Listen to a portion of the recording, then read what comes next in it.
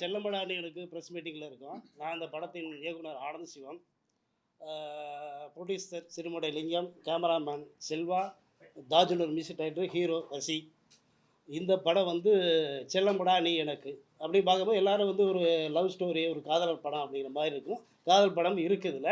ஆனால் இது வந்து அவர் அம்மாவுக்கும் பையனுக்கும் நடக்கிற ஒரு பாச போராட்டத்தை மையமாக வச்சு இந்த படம் பண்ணியிருக்கோம். பையனுக்கு அம்மாவுக்கு ஒரு பாச போராட்டம் படம் நல்லா வந்திருக்கு. 7 சாங் தாஜுல் சார் பண்ணியிருக்காரு. மிக அருமையாக இருக்குது. இப்போ ஒரு இந்த ஆடியோ லான்ச் இப்போ தான் மாயவரத்தில் இது பண்ணோம், வெளியிட்டோம். வேறு நல்ல பிரமாண்டமாக பண்ணியிருக்கோம்.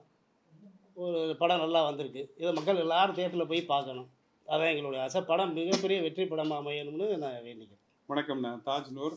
இந்த செல்லமடா நீ எனக்கு படம் வந்து உண்மையாகவே ரொம்ப ஒரு சென்டிமெண்ட்டான ஒரு படம்னு சொல்லலாம். இன்றைக்கி இருக்கிற ஒரு அவசர உலகத்தில் இந்த அன்புன்றது எவ்வளோ பெரிய முக்கியமான ஒரு விஷயன்றதை ரொம்ப அழகாக எடுத்திருக்காங்க. கண்டிப்பாக பார்க்கும்போது அந்த எண்டில் வந்து யாருக்குமே அந்த ஒரு ஃபீல் வராமல் அழுகாமல் இருக்க மாட்டாங்கன்றது தான் நினைக்கிறேன்.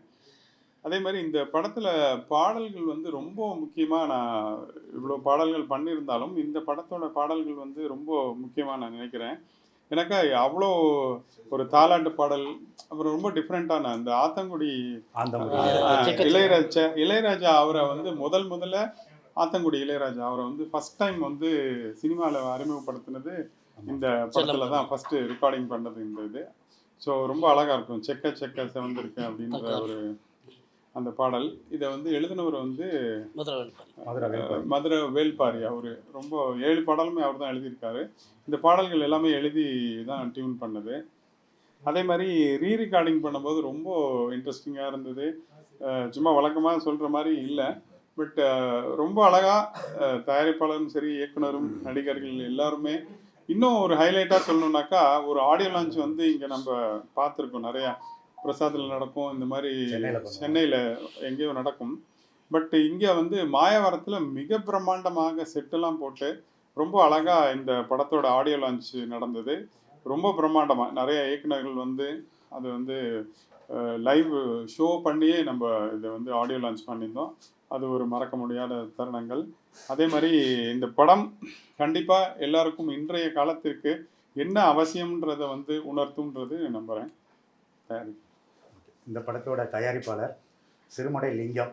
சிறுமடைங்கிறது என்னோட கிராமத்தை வந்து முன்னிலைப்படுத்தி நம்ம கொண்டு வரணும் அப்படிங்கிறதுனால என்னோடய பேரை வந்து சிறுமடை லிங்கம்னு போட்டிருக்கேன். இந்த படத்தை பார்த்தீங்கன்னா செல்லமடா நீ எனக்கு, ஒரு குழந்தைய வந்து செல்லமடா நீ எனக்கு நம்ம சொல்லி அழைக்கிறோம். இல்லை ஒரு லவரை கூட நம்ம காதலியை செல்லமடா நீ எனக்குன்னு சொல்கிறோம். அதனால் செல்லமடா நீ எனக்குன்னா அம்மாவுக்கும் பையனுக்கும் நடக்கக்கூடிய ஒரு பாச போராட்டத்தை நம்ம வந்து கதைக்கருவாக வச்சு படம் பண்ணியிருக்கோம். இதில் 7 பாட்டு இருக்குது. 7 பாட்டும் பார்த்திங்கன்னா ஒவ்வொரு வெரைட்டியாக இருக்கும். ஒவ்வொரு பாடலும் ஒவ்வொரு தன்மையாக இருக்கும். இதில் முக்கியமாக பார்த்திங்கன்னா அமுதவனன் பண்ணியிருக்காரு, விஜய் டிவி அமுதவன் பண்ணியிருக்காப்புல, ரிஷா பண்ணியிருக்காங்க. அந்த லாலா கடை சாந்தி அந்த சாங் ஆடுவாங்கள்ல, அந்த அம்மாவும் அமுதவனனும் பேர். முக்கியமாக பார்த்திங்கன்னா ஹீரோ வந்து வசி. நம்ம தான் அந்த பேரை வந்து அவர் வசின்னு பண்ணியிருக்கான். அவர் இதுக்கு முன்னாடி ஒரு படம் தவம்னு ஒரு படம் பண்ணியிருக்காரு, சீமானோட பண்ணியிருக்காரு. அதுவும் நல்லா போயிருக்கு. இந்த படத்தில் முக்கியமாக தான் விஜயோட மாமா கேமராமேன் செல்வா. விஜய்க்கு பார்த்திங்கன்னா ஒரு 15 படம் பண்ணியிருக்காரு. தளபதிக்கு வந்து 15 படம் பண்ணால் கேமராமேன். அடுத்து பார்த்திங்கன்னா மியூசிக் டைரக்டர் தாஜ்நூர்னா யார்கிட்ட இருந்தார்? இசைப்புகள் ரகுமான்கிட்ட இருந்தவர், அவருடைய அசிஸ்டண்ட்டாக இருந்தார்.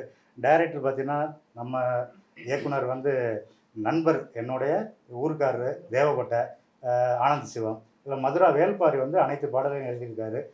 எல்லாம் பார்த்திங்கன்னா மீடியாவிலும் சரி அனைத்து நண்பர்களும் சேர்ந்து இந்த படத்தை வந்து மிகப்பெரிய வெற்றி படமாக்க வேண்டியது உங்களுடைய கடமை. குடும்பத்தோடு பார்க்க வேண்டிய ஒரு முக்கியமான ஒரு தாய் பையனுக்கும் நடக்கக்கூடிய ஒரு பாச போராட்டத்துக்குரிய ஒரு படம். வணக்கம், நான் செல்வா. இன்னெல்லாம் நான் பேசணும்னு நினச்சேன்னா இவங்க எல்லாமே அதை பேசிட்டாங்க. உங்களுக்கு மெயினாக நான் சொல்ல போனால், இப்போ ஒரு புது கம்பெனியில் நான் என்ட்ராகிறேன். அதை கதையை கேட்கும்போது ஆனந்த் சார் வந்து ஜஸ்ட் அப்போ வந்து இவர் தான் டேரக்டர்ன்றது எனக்கு தெரியாது. அவர் ஏதோ கதை ஆசிரியர் மாதிரி அவர் வந்து கதை சொல்லிட்டு இருந்தார். பட் எடுக்கும்போது பார்க்கும்போது அவர் வேற ஒரு கோணத்தில் இருந்தார். எனக்கு வந்து இந்த மாதிரி சென்டிமெண்ட்லாம் பண்ணணுன்னு ரொம்ப நாள் ஆசை. ஏன்னா துல்லாத மனம்க்கு அப்புறம் எனக்கு வந்து ஒரு பெரிய கிரிப்பு எனக்கு பெருசாக மாட்டல. படங்கள் நிறைய ரயில்லாம் பண்ணிக்கிட்டே இருந்தாலும் ஒரு சென்டிமெண்ட்டு அழ வைக்கிற மாதிரியெல்லாம் சப்ஜெக்ட் இல்லை. ஏன்னா மக்களை வந்து சிரிக்க வச்சு நம்ம பார்த்துடுறோம். பட் அது ஃபீலிங்ன்ற விஷயத்த அவர் ரொம்ப அழகாக கன்வே பண்ணார். அதுக்கப்புறம் அவர் ஸ்பாட்டில் தான் எனக்கு வந்து டேரக்டர்னே எனக்கு அறிமுகப்படுத்தினாங்க. ஏன்னா கூட இருந்த நண்பர் தான் அவரை எனக்கு அறிமுகப்படுத்தினார். அதனால நான் நினச்சேன் அவர் தான் டேரக்டர் அப்படின்ற முறையில் நான் இருந்தேன். அதுக்கப்புறம் பார்த்தா இவர் சார் அது அருமையாக பண்ணியிருக்காங்க. தாஜ்நூர் சாரை சொல்ல வேண்டாம். அவர் பண்ண பாடல்கள் எல்லாமே வந்து இன்னைக்கு கேட்டுக்கிட்டும் இருக்கலாம், பார்த்துக்கிட்டும் இருக்கலாம். அது மாதிரி எல்லாத்துலேயும் பப்ளிஷ் பண்ணியிருக்கிறாங்க. சாரும் லிங்கம் சாரும் வந்து சும்மா சொல்லக்கூடாது. அவ்வளோ கஷ்டத்துலேயும் என்ன செய்ய முடியுமோ அதெல்லாம் செஞ்சார். நான் என்ன கேட்டனோ அதெல்லாம் கொடுத்தாருன்றது தான் மிகப்பெரிய விஷயம். ஏன்னா பிரச்சனையை வந்து எப்படின்னா மிஸ் அண்டர்ஸ்டாண்டிங் தான் மேக்ஸிமம் பிரச்சனையாக மாறும். அந்த மிஸ் அண்டர்ஸ்டாண்டிங் வந்து எனக்கோ அவருக்கோ இல்லை யாருக்கும் வராதபடிக்கு எல்லாரையும் அழகாக கொண்டு போய் இந்த படத்தை முடிச்சு கொடுத்துருக்காங்க. கண்டிப்பாக இதை பார்க்க வேண்டிய ஒரு படம்னு தான் சொல்கிறேன். பார்க்க வேண்டிய படம்ன்றதை விட ஒரு காவியம், ஒரு புக்கு மாதிரி படிக்கிற மாதிரி இது பார்க்கணும். தியேட்டரில் பார்க்கும்போது இதோடைய என்ஹான்சிங் நம்மளுக்கு தெரியும். ஏன்னா நான் பட்ட கஷ்டங்கள் கூட சும்மா மொபைலில் பார்க்குறத விட தியேட்டரில் பார்த்தீங்கன்னா அது எனக்கும் பெருமையாக இருக்கும்னு நினைக்கிறேன். எல்லோருக்கும் வணக்கம். என் பேர் வசி. ஆக்சுவலி எல்லோரும் மாதிரியும் சினிமா நம்மளும் ஒரு நல்ல ஆர்டிஸ்டாக வரதான் ட்ரை பண்ணிகிட்டு இருந்தேன். அந்த டைமில் ஃபஸ்ட்டு எனக்கு ஹீரோ அப்படின்ற ஒரு அந்தஸ்தை கொடுத்த டைரக்டர் லிங்கம் சார், ப்ரொடியூசர், அவங்களுக்கு என்னோட முதல்ல நன்றியை தெரிவிச்சுக்கிறேன். அதுக்கப்புறம் வந்து நான் தவம்னு சொல்லி ஒரு படம், நாம் தமிழர் கட்சி ஒருங்கிணைப்பாளர் சீமானை வச்சு ஒரு படம் நான் ப்ரொடியூஸ் பண்ணேன். அந்த படத்தில் நானும் ஹீரோவும் நடிச்சிருந்தேன். அது போக வந்து காதர் பாஷான்ற முத்துராமலிங்கம், அந்த படத்தில் ஒரு மெயின் வில்லனாக பண்ணியிருந்தேன். அதெல்லாம் பார்த்தீங்கன்னா ஒரு பெரிய படம் பண்ணுறமேன்ற ஒரு சந்தோஷம் இருந்தது. But at the same time எப்படின்னா படம் முடிஞ்சதுக்கு அப்புறம் தான் பார்த்தா எல்லா சீன்ஸும் கட்டு, என்னோட சீன்ஸ் எல்லாம் கட்டு. ரொம்ப வருத்தப்பட்டேன். அதுக்கப்புறம் இன்னொரு படம் பண்ணேன், இவர் விமல் கூட ஒரு படம் ஒன்று பண்ணேன், சார்னு ஒரு படம். அதுலேயே போனால் நான் தான் மெயின் லீடு கடைசியாக. அதுவும் தியேட்டரில் போய்ட்டு பார்க்கும்பொழுது பார்த்தா எல்லாம் கடைசியாக ஏமாற்றம் மட்டும் தான் மிச்சன்ற மாதிரி இருந்தது. இது சொல்லலாமா என்னன்னு தெரியல, இருந்தாலும் சொல்கிறேன். அதே சமயம் நான் ப்ரொடியூஸ் பண்ண படத்தில் என்ன எஸ்டாப்ளிஷ் பண்ணதை விட சீமான் சார் தான் அதிகம் எஸ்டாப்ளிஷ் பண்ணாங்க எல்லாருமே. ஏன்னா என்னை யாருமே பெருசாக ஃபோக்கஸ் பண்ணலை. இது எதுக்கு சொல்கிறேன் அப்படின்னா, காக்கைக்கும் தன் குஞ்சு பொன் குஞ்சு இருந்த மாதிரி முதல்ல நமக்கு யார் சான்ஸ் கொடுத்தாங்களோ அவங்க தான் நமக்கு லீடர், நம்ம கிரேட் லீடர் அப்படின்னு நம்ம சொல்லலாம்.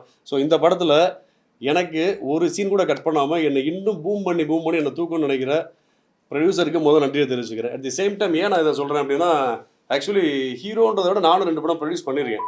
ஸோ ப்ரொடியூசரோட பெயின் என்னன்றது எனக்கு நல்லாவே தெரியும்.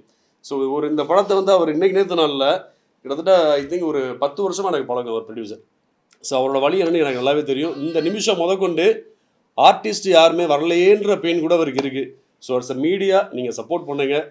அவங்க என்ன ஒரு ஹீரோவாக நினைக்கிறாங்க, ஒரு ப்ரொடியூசரை ஹீரோவாக்கிறீங்க. தேங்க்யூ.